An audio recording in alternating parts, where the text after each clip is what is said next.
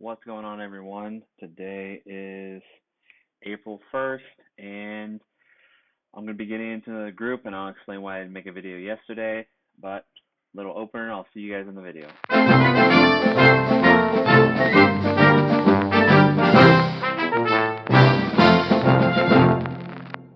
What's going on, everybody? Welcome back. My name's James, the Carnivore Florida Man Simons, and today is April 1st, going into day 52 of the carnivore diet. I don't know if anybody noticed, but yesterday I wasn't able to actually upload a video because, awesomely enough, my marker board that I keep right next to my desk here, the double-sided tape on it, I guess, gave out while we were gone and knocked over an open drink and just totaled my wireless keyboard and my wireless mouse, and it was a long day. Had to actually get a hold of my teacher on Zoom and redo my entire presentation on my computer, like plugged into my screen, going through my phone. So I had actually my phone hooked up, staring at a TV screen, giving a presentation, and then on top of that, I had to tell my math teacher that I couldn't take the test then because I had to deal with a policeman at one of the businesses that we run because of a whole nother mess. So yesterday was definitely not my day. And funny enough, it wasn't April Fool's Day. So just want to do a quick apology. Sorry about that. And yeah, I want to get back into the video. I really want to finish this because I'm kind of waiting to watch the new Fat Fiction documentary that's on Amazon right now. If anybody follows Sean Baker, I know he's the one that posted about it, and I ended up finding it. I'm trying to remember the other people that he did it with, but I mean, if it's anything like this documentary, it's probably just going to be more evidence proving that, it's just coming out more and more that for a long period of time while we're growing up, we were just fed the wrong information, and maybe it wasn't entirely the fault of all the doctors. I mean, some of it might have just been, open and guessing, at the time, just bad judgment calls. I mean, people thinking that cigarettes are okay. And I mean, if you really think about that, I mean, God, how long did, people still think cigarettes are okay? And then they tried to change the whole study. Funny enough, I was watching Bill and Ted's Excellent Adventure, and there's a scene where they go into the police station to bust everybody out from the past and the history. And if you look at the police desk, it says, I believe it says it's okay to smoke, but don't exhale around me. So even in the late 80s, early 90s, they were still trying to, hold on, let me ask you that. When did Bill and Ted's Excellent Adventure come out? Bill and Ted's Excellent Adventure was released February 16th, 1989. Yeah, okay. So into the 80s, going into the 90s, they were still trying to promote smoking, just saying like, oh, if you want to smoke, that's fine, you can smoke, but don't exhale around other people, because secondhand smoke, that's the bad smoke. But yeah, so I want to do that documentary next. And another big shot. I really hope everyone's staying safe out there. I know here in Florida we just got another stay-at-home command. I know that they said for another 30 days that we're going to be all going to be on lockdown. So if anybody's watching this, I hope you're keeping safe. I hope I bring some kind of entertainment. I really do want to try to bring, some sort of joy and happiness into people's lives. Like everybody else, we're stuck at home. Good positive news. I finally went and got my metal tub, and I'm gonna actually make an ice tub. I did my first trial run today, which turned out horribly because this thing is huge. I mean, it fits me, and there's still more space to probably fit another person in. And I thought, like, oh yeah, 60 pounds of ice should be fine. Like, didn't even make a dent in that thing. And then I added water, and it was gone. So I think maybe the water was like 60 degrees, something like that. So tomorrow I'm gonna go to one of those drive-by ice places and I'm gonna get like 200 pounds of ice, maybe even like 260, and hopefully that works. I'll let you guys know. But like I said, let's get into the review.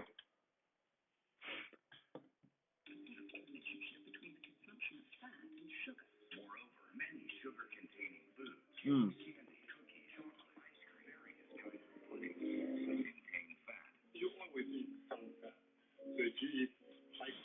Fat and sugar. No.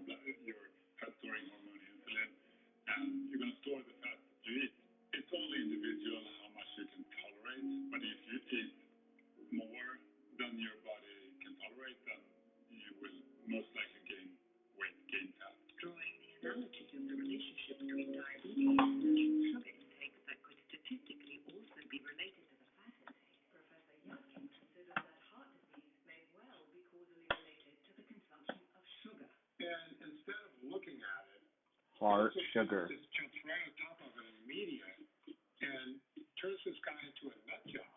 was really a bully when it came to trying to quash anybody who opposed him. So dumb. If you're gonna be a professional boxer, don't act like a bully because you think someone else is bringing up data that might be true. I mean, come on. In print, he said Yudkin is a mountain of nonsense. Full basis. Oh my god.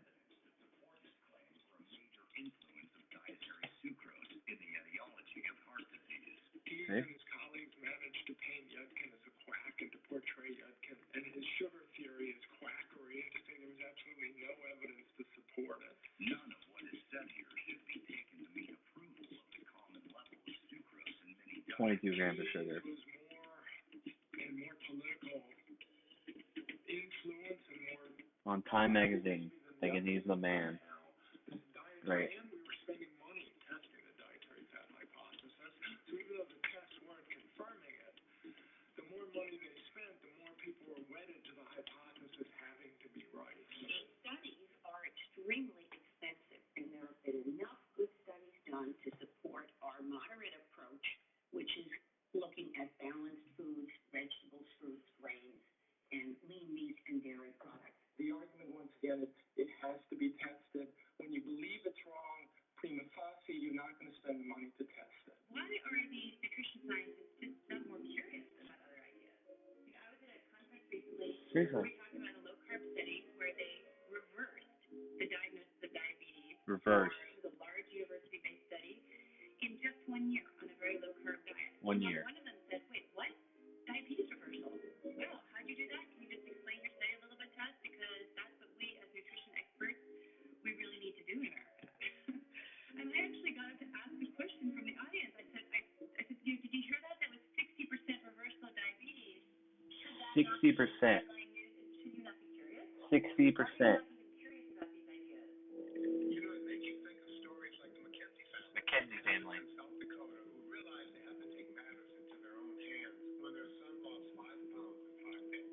I called the doctor that morning and explained that I thought my son had rapidly lost weight. Something was wrong. And we knew within 5 minutes of him doing a urinalysis test that there was sugar in his urine. And we were escorted to the hospital to learn how to manage our new life. Oh my gosh. We both concluded that we were going to make drastic changes in our diet, reducing carbohydrate intake. Shortly thereafter, we were told that we didn't need to do that we could feed our son, recently diagnosed with type 1 diabetes, whatever he wanted. Type 1 diabetes. Feed him whatever he wants.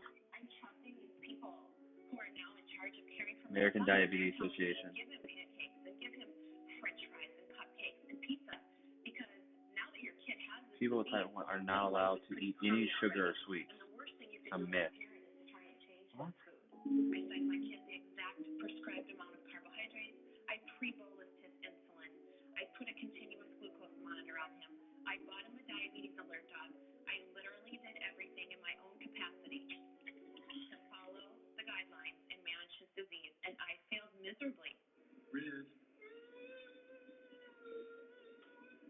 do you want the yogurt, the tablets, or the gel? Oh, God, so This hard. message out in the social media groups that I'm connected to in the diabetes community, and I asked, how are you people achieving normal blood sugars. What are you doing? And about every fifth answer I got was that these people were changing their children's diet and implementing a very, very low-carb diet. We removed all the processed carbs, the flour, the sugar, the grains, the fruits, anything that would spike his blood sugar. And so the next appointment we had with our endocrinologist, I skipped in there like I had won the lottery. Oh my goodness, I stumbled upon a low-carb diet and look at my son's blood sugars. And during that appointment, our very kind-hearted doctor looked at me and told me my son was going to resent me for the rest of his life, that this way of eating is not sustainable, that I'm subjecting my son to an eating disorder, and he also handed me a business card to go see a therapist because he thought maybe I was struggling with some things and had some issues for wanting to do this for my son and to change his diet. And I'm cool. Okay, I'm going to stop that right there because that's just so irritating. Look, I know that everybody...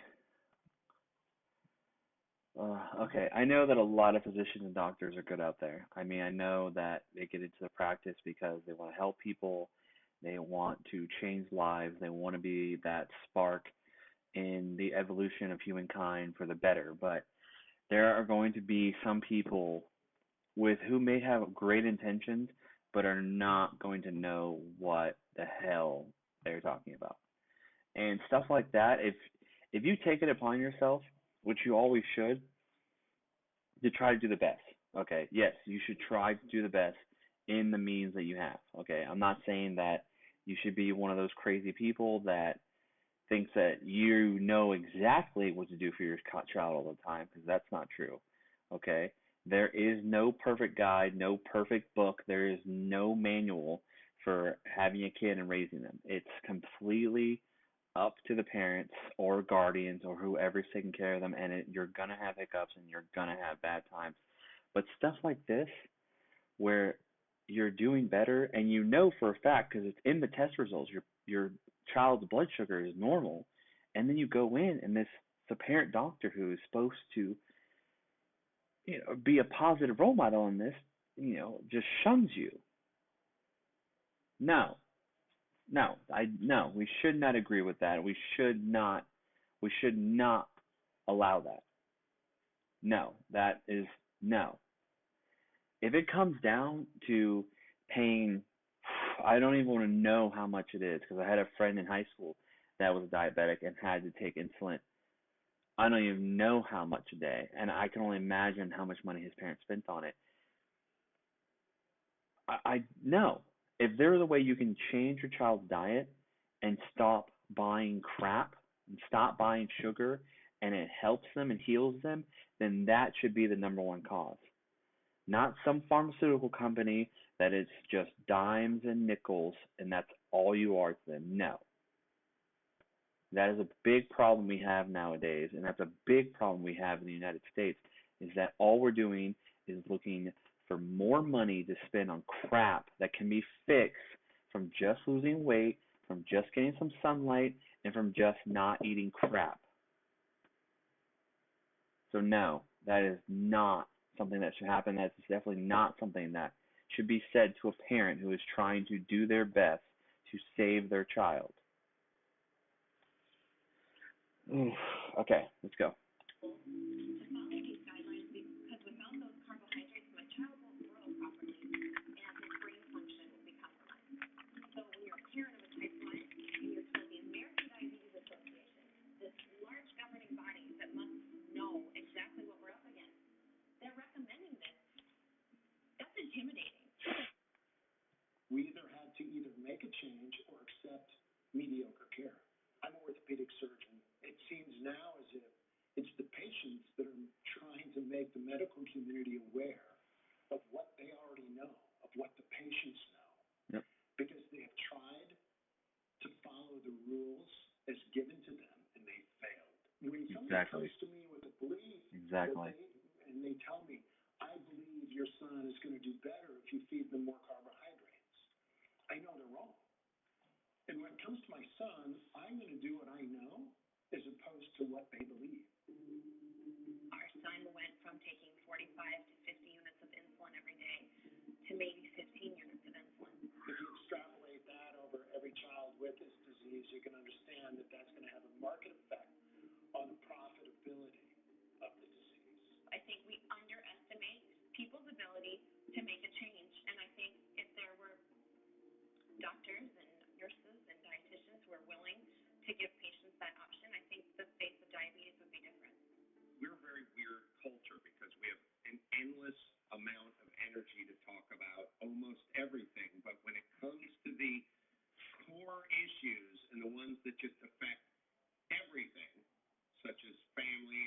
as diet, we just went through an election.